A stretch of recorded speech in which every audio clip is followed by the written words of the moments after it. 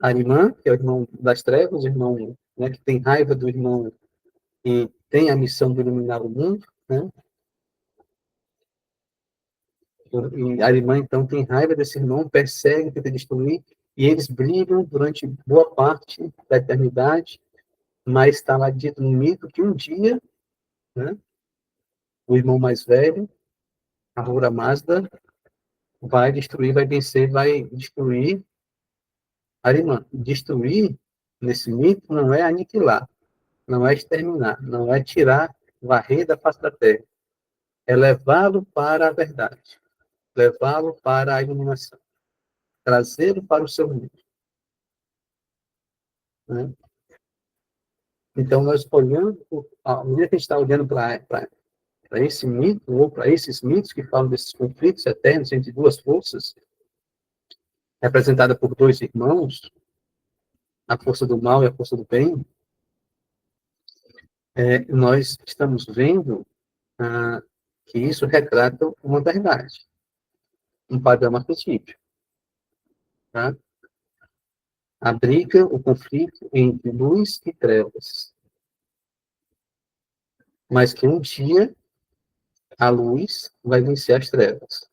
Quando isso acontecer, as trevas serão transmutadas em luz. Né?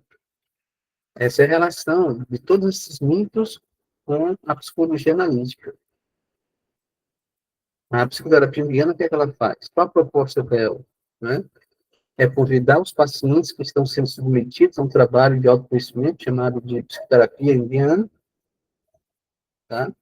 A olhar para as suas sombras, para seus conteúdos sombrios, tanto a nível pessoal como a nível impessoal, coletivo, tomar consciência dessas forças sombrias e transmutá-las em luz, em consciência, em força, em sabedoria, em amor, em vitalidade, né? Para que ele possa, então, realizar todos esses potenciais na sua existência, na sua vida, dentro do possível. Quando ele tiver, esse indivíduo estiver realizando essas potencialidades, essas forças, esses conteúdos, esses processos instintivos e essas ideias espirituais que até então eram sombrias em sua existência, ele estará realizando o seu processo de individuação. Tá? É muito importante ter isso em mente. Né? O nosso trabalho é transmutar a sombra em luz, assim como o trabalho dos alquimistas era transmutar o veneno em um remédio universal, transmutar o chumbo em ouro. Né? Aquilo que não presta, aquilo que está podre, aquilo que não tem valor nenhum, aquilo que está adoecido, tem potencial de vida, tem potencial de consciência, tem potencial de luz. E assim a gente amplia a nossa consciência e a gente se desenvolve enquanto indivíduo. Tá?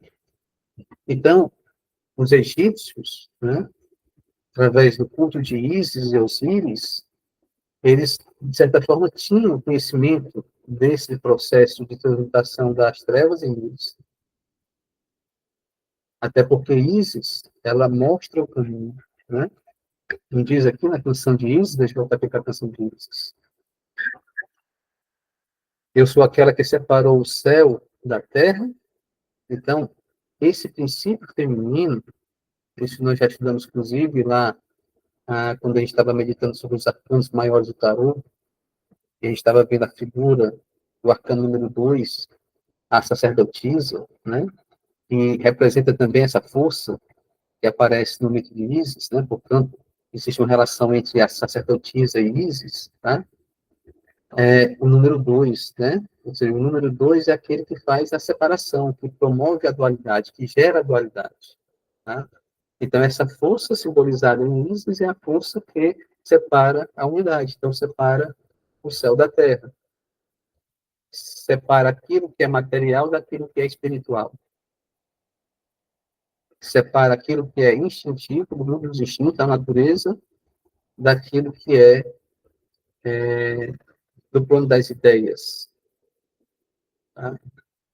Com isso, gente, a gente entra em contato com outro ensinamento que todos os mitos e mistérios antigos tentam passar para os seus adeptos, para os seus iniciados. O ensinamento que Platão traz para a gente, né, em sua obra, principalmente através da alegoria da caverna, o ensinamento de que tudo aquilo que existe nesse plano manifesto, nesse plano concreto, nesse plano material, é um pálido reflexo da origem, do que existe lá em cima, na origem, na fonte. Ou seja, a ideia de que existe um plano onde está a matriz e planos inferiores que são reflexos dessa matriz. Tá? Então, esses planos inferiores, reflexos dessa matriz, é o plano da matéria. Seja essa matéria mais densa ou mais sutil. Se nós tivermos 7 planos, né, até chegar no plano da matriz, nós teremos 7 esferas, ou 9 esferas, como nós encontramos, por exemplo, na mitologia iorubá, como nós encontramos também na mitologia nórdica, os 9 céus, né? Na mitologia iorubá, Yansan é a rainha dos 9 céus, portanto, a rainha dos 9 planos, né? Então, não importa se nós temos 3, temos 7, temos 9, mais ou menos do que isso, né? Mas a ideia é essa, existe um plano da origem, que é a matriz, e os planos inferiores são reflexos desse plano único superior, que é a matriz. Tá? Então, Ísis representa essa força que separa os dois planos. Assim como na mitologia iorubá, nós encontramos Exu primordial, o primeiro elemento, né, que se manifesta como se fosse uma cabaça, portanto, um elemento que contém, que recebe, portanto, nesse momento, Exu é feminino, o Exu primordial é feminino, né, porque ele recebe, né, ele é passivo, então ele tem essa força feminina. Exu primordial tem essa função de gerar a divisão, de gerar a dualidade. Por isso que a força do Orixá Exu é a força também da separação, né? No movimento de descida. Assim como nós encontramos essa força em Ísis, tá? Mas olha só, como Ísis ela está no plano da dualidade, tudo que existe, existe juntamente com aquilo que existe, o seu oposto correlato, né? Então, se Ísis diz que eu sou aquela que separou o céu da terra, instruir a humanidade nos mistérios, portanto, ela é a rainha dos mistérios também, os segredos daquilo que não pode ser visto claramente, ela também é aquela força que indica o caminho para as estrelas. As estrelas representando aqui o céu, né? Então, Ísis, ao mesmo tempo que é a força que separa e que cria o mundo material, o mundo que é um pálido reflexo da matriz, que seria o mundo espiritual da unidade, tá? Ísis também é a mesma força que vai fazer com que as pessoas separadas, os seres separados, possam retornar para a sua matriz, para a sua fonte. Assim como na mitologia iorubá, Exu também faz esse mesmo trabalho. Assim como Hermes faz esse mesmo trabalho, assim como Mercúrio faz esse mesmo trabalho, representando essa força de subida e descida. Tá? Sendo Ísis a rainha dos mistérios, né?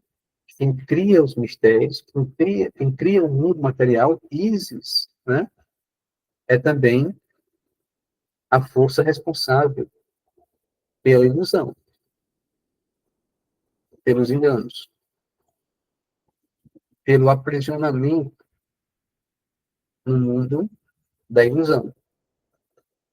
E, ao mesmo tempo, Ísis contém a força que nos liberta. Qual é a força que nos liberta? É a força que promove a união, que promove a integração. Nós vimos essa força que promove a união, a integração, quando nós estudamos os enamorados, o arcano 6, que representa o amor. Então, Ísis porta dentro dela o amor. E é interessante observar que ela que porta o amor, ela é a mãe do sol.